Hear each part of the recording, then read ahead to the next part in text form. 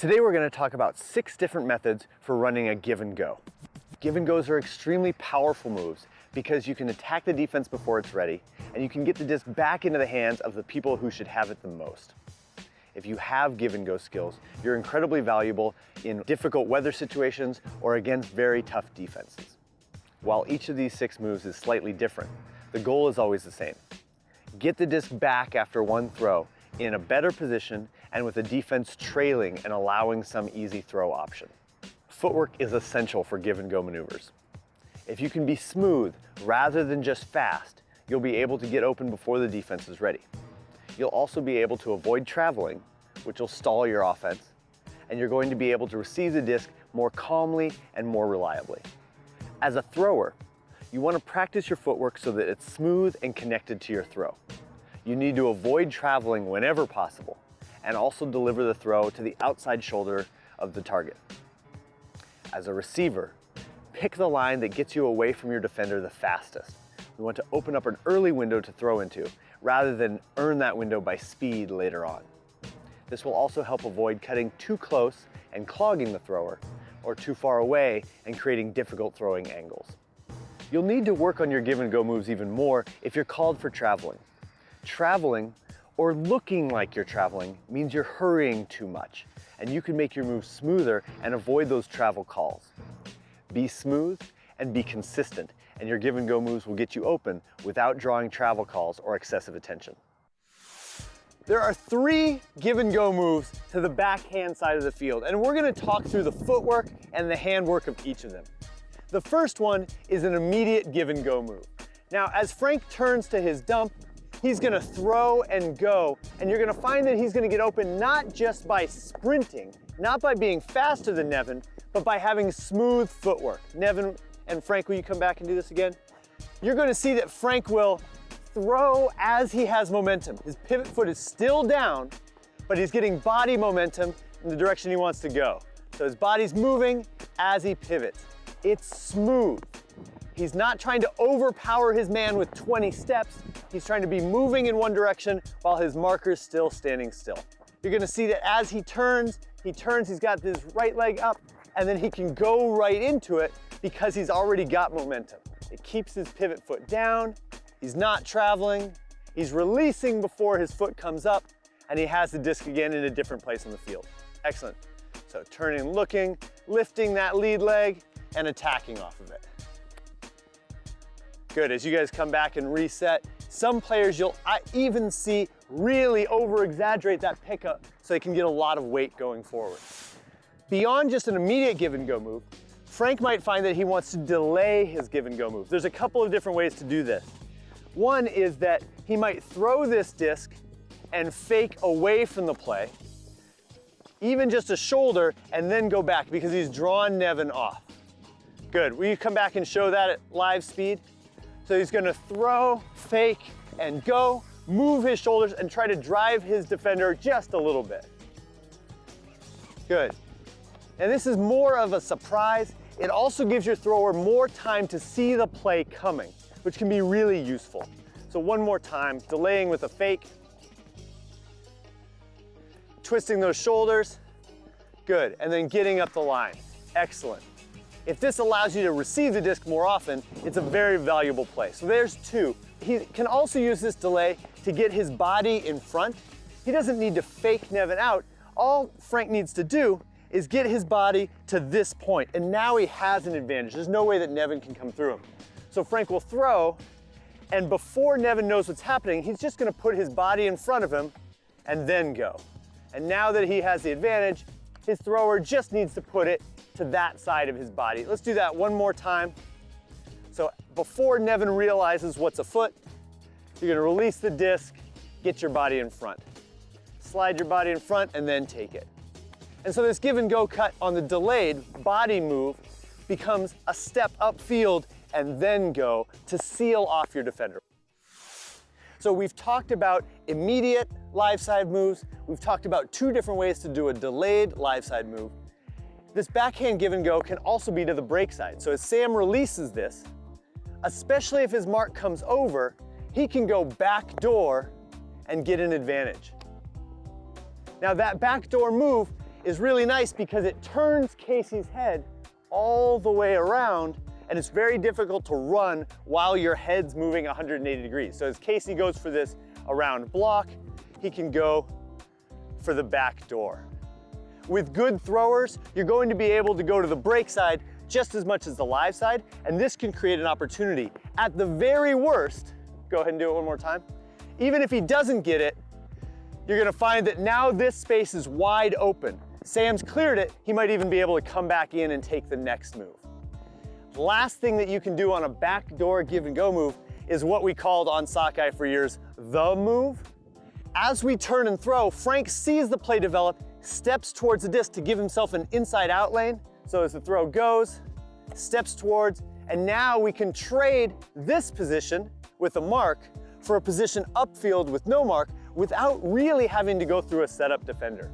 So again, Frank's looking for the move by stepping towards the disc, and he can take this little inside and go up the field. Now we're gonna flip the field so we can work on our forehand give and go moves.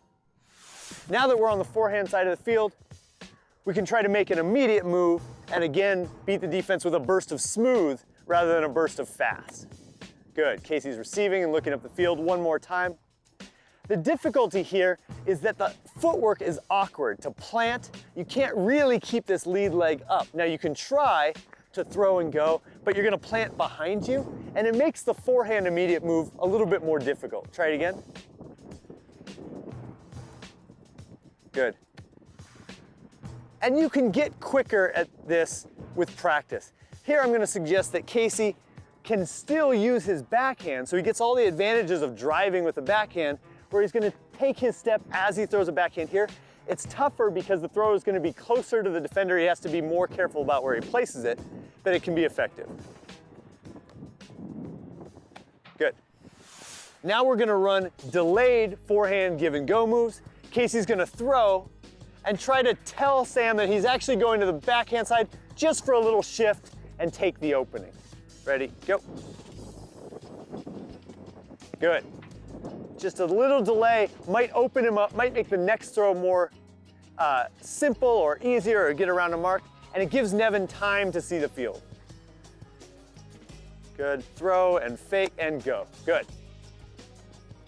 You'll see that Casey looks very composed. He doesn't look like he's sprinting his hardest. The catches aren't difficult because he's just taking what's there and he's got a little delay. Now this time, instead of delaying with a fake, you're gonna delay with a step here to seal off your defender. So get that seal step. Good, take your time with it, good. Little physical contact never hurt anybody. Gonna just take a couple of steps, and once he has Sam on his hip, he controls this side of the field. Good. Good. Casey, I'm gonna take one from you. You'll see some older players that are very good at hip control that will throw this throw, get their hip control here, and then continue to ride this defender. We might let the play develop, and as long as I have Sam here, until he adjusts, I can take this cut whenever I want it.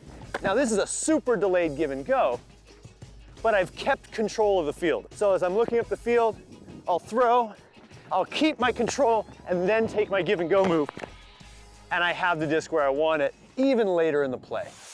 Now let's flip it around. Let's do backdoor moves. So Sam's gonna force backhand. Casey's gonna hit Nevin and try to go backdoor up the field. You'll find that this is even easier on this side because you have more reach on the forehand, and the thrower has an easier backhand throw to get you the disc. Good. Good. Now here, Casey's gonna finish this backhand move by, once he gets the disc, he's gonna quickly look to the break side of the field and try to release a huck. Gets it back from Nevin. Nevin sets him up to put a huck before the defense is ready. Now we've discussed 6 different ways to get away from your marker. We need to talk a little bit about where you should cut. As Nevin releases this disc to Casey, he has really, you can freeze it there, he has really a couple of different options. He could go very close to Casey and try to make it the easiest possible short throw. Or he could go really far from Casey and try to get it for the most possible yards. Both of these are difficult. If you go for the most possible yards, you're bound to be far away from the thrower, and with a tight angle, that's a little too difficult for us. If Nevin picks a line that's too close to his receiver and it's jammed by the defender, freeze it. Now we're stuck too close. Frank can stop throws upfield at the same time that he stops his handler. Now we've bogged up our offense.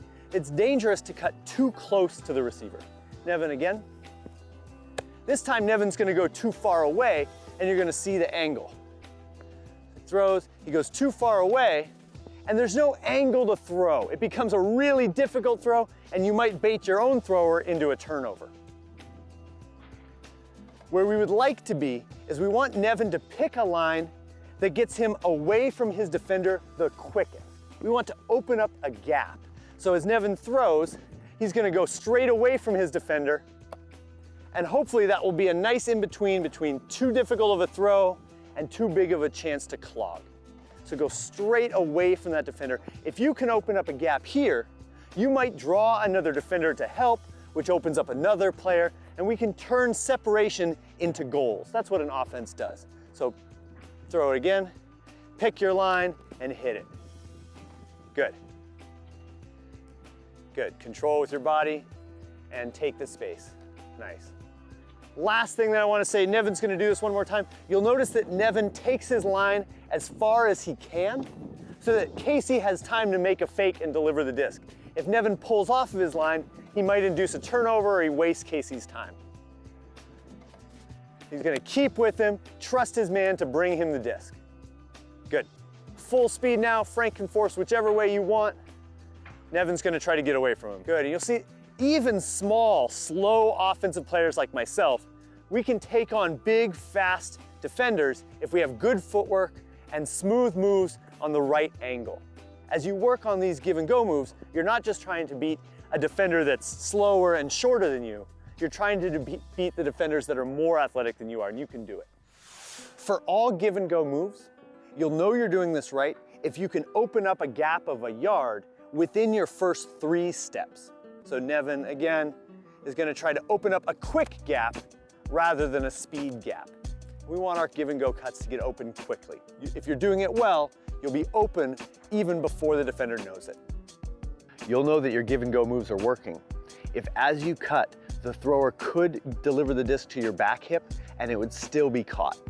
If the defender is separated enough from you to allow that throw, then you've gotten the kind of gap that you need.